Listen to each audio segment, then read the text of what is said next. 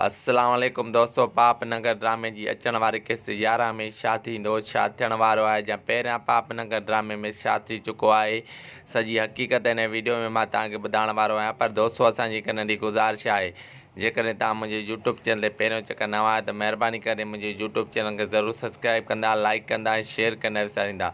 दोस्तों, तव्हांजो वधीक टाइम नथा वठूं, हलूं था पंहिंजे मेन वीडियो जे तरफ़। दोस्तों, पाप नगर ड्रामे जे जेके अचण वारी किस्त में रेस बालाज ख़ान अञा बि घणो ज़ुल्म कंदो ॻोठाणनि ते। जी दोस्तों, जेकी नई किस्त अची वई आहे 10, उन में तव्हां ॾिठो हूंदो त रेस बालाज ख़ान राबेल जे मथां हमिलो करे उन जे मथां गोलियूं हलायूं। ऐं जी दोस्तों, राबेल खे रेस बालाज ख़ान अगवा करण जी कोशिशि कई ऐं राबेल उनखे हथ ॿधी माफ़ी वरिती रेस बालाज ख़ान खां। ऐं रेस बालाज ख़ान वापसी पंहिंजे ॻोठु मोटी वियो। जी दोस्तों, मां तव्हांखे ॿुधाईंदो हलां त रेस बालाज ख़ान हिन वक़्तु ॻोठाणनि ते ॾाढो ज़ुल्म करे रहियो आहे, उन्हनि खे अगवा करे क़ैद कयो आहे।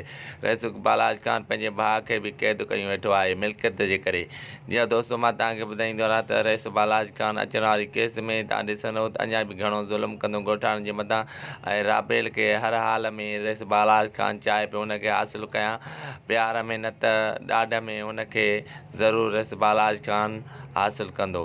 जी दोस्तों, मां तव्हांखे ॿुधाईंदो हलां त ॿिए पासे खां शेरदिल ऐं मल्हार जेको आहे त सलाह करे रेस बालाज ख़ान खे जेको आहे त हमिलो कंदा, जंहिंमें रेस बालाज ख़ान ज़ख़्मी थींदो।